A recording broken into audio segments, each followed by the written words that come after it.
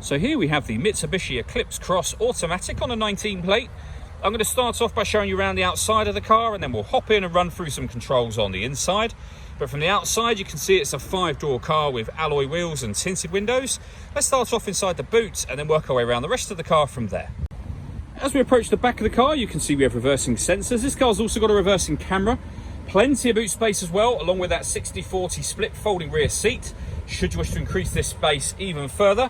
And then this tray section will lift up, and underneath there, you'll see you've got even more space should you need it. Okay, so we're just going to work our way back round to the front of the car, and then we'll hop in and run through some controls on the inside. But now that we've done a full circle of it, you can see it's in excellent condition the whole way round. Just briefly before we climb in, I think it's what we're seeing the interior from this exterior point of view. There's plenty to run through on the dashboard, so let's hop in and we'll do that now. Okay, now that we're inside the car, we're going to start with the dials. On the left-hand side, we have the rev counter, and on the right-hand side, the speedometer. In the middle, you can see the total miles for this car, which are 24,897.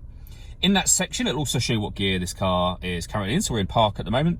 We've also got the fuel gauge and coolant temperature gauges there as well. We back out to the steering wheel. On the left-hand side, we have stereo controls and phone controls, and on the right-hand side, cruise control and speed limiter.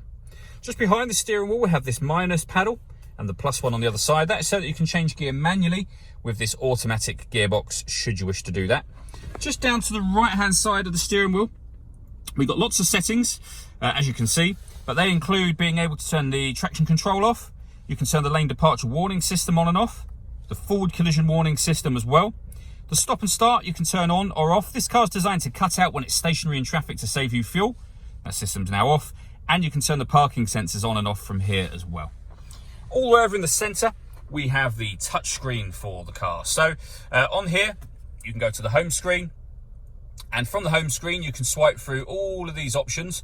Or you can do it using this pad just here, which is like a trackpad for a laptop. So you can push it down to select things. You can move it left, right, up and down as well. And you'll see as you work your way through the menus, we have DAB radio, FM radio. You can pair your phone, Bluetooth audio, USB input, loads of ways to listen to your music in this car, and loads of different settings and screens you can go through and change up there should you wish to. Just over to the right hand side, you'll be able to see we have a heads up display, so you can see the miles per hour being displayed in that glass section just there. A really handy extra. Down in the center, we have the dual zone climate control, so you can adjust the passenger temperature, the driver temperature.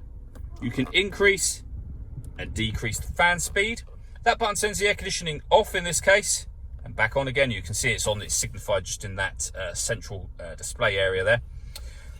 Or you can, if you wish to, just hit auto. If we do that, the car will now take control of the fan speed and the direction of the air to maintain the temperatures you've asked for. You can override that by readjusting the fans yourself, and you'll see that auto has now gone off. We have two USB inputs, a 12-volt charging socket. You can put the car into eco mode. We have the gear lever for the fully automatic gearbox, heated driver and passenger seats with 2 different heat settings on each. We then have the pad that I went through just a moment ago. And then lastly, an electronic handbrake with auto hold function. All that leaves me to say is thank you for taking the time to watch this video.